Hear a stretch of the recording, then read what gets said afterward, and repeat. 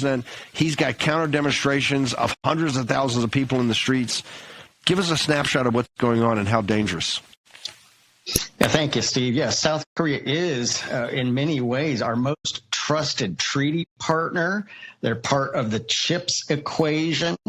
And President Yoon, they are in the fight of their lives right now against essentially a communist coup. Most of these on legacy media, when you see these protests against martial law, 1/3 to 2/3 of those are actually Chinese that have been flown in. This is absolutely crazy. Let's go to this first slide here to explain the lineup of what's going on, please. Here we go, Denver. There we go. So on your left, that's Lee, the leader of the Democratic Party. He's left wing. He's actually pro-China. He calls the U.S. an occupation force. He says, and now he was just convicted of malfeasance. This is why you're seeing everything going on. He was convicted of malfeasance, and that means he potentially can't even run for president, which he wants the presidency. He's a hardcore left-winger, pro-China. He wants U.S. forces out, calls us an occupation force, wants the THAAD missiles out, and works very closely. Now, to the right, that first green oval, that's President Yoon. He declared martial law on December 3rd and 4th. Well, why was that? Now, martial law has a very bad history and background in South Korea, so everybody's gut reaction was, okay, this is bad. And it was in many ways bad, but he did that strategically so that he could launch a raid on the National Election Commission to seize evidence of actually Chinese election interference. That was the whole reason, because legally that's the only way he could do it, to raid the National Election Commission. Let's go to the next slide, please. So what happened was, after that, there was a vote to impeach Yoon. Okay, so then the presidency passed to Han Duck-soo.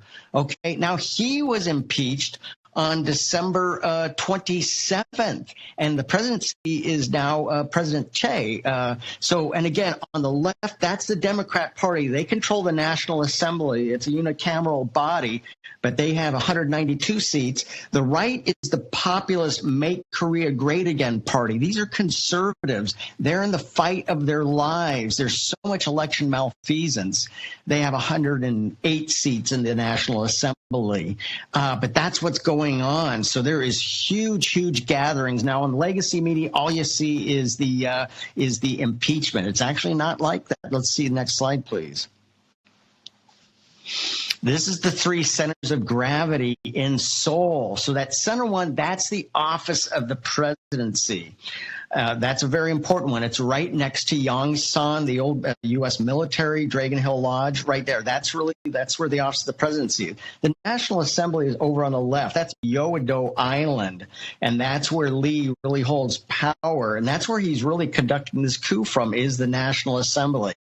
Now, just yesterday, they're 12 hours ahead of us, but a huge gathering. The new presidential palace is over to the right.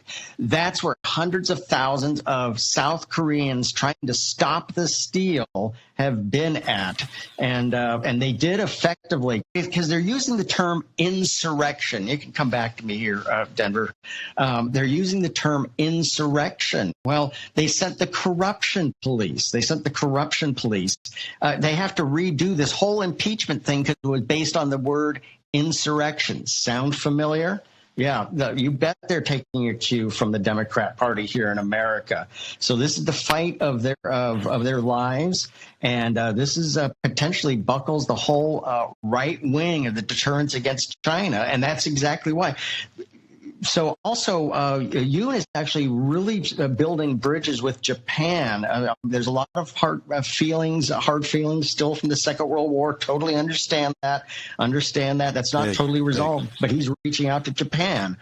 However, Lee is extremely anti-Japan and wants to break up that alliance. That's also what China is concerned about. So most of what's going on right now, this is a Chinese malign influence attempting to topple South Korea and really make it a enclave of China. So, Steve, this is so concerning.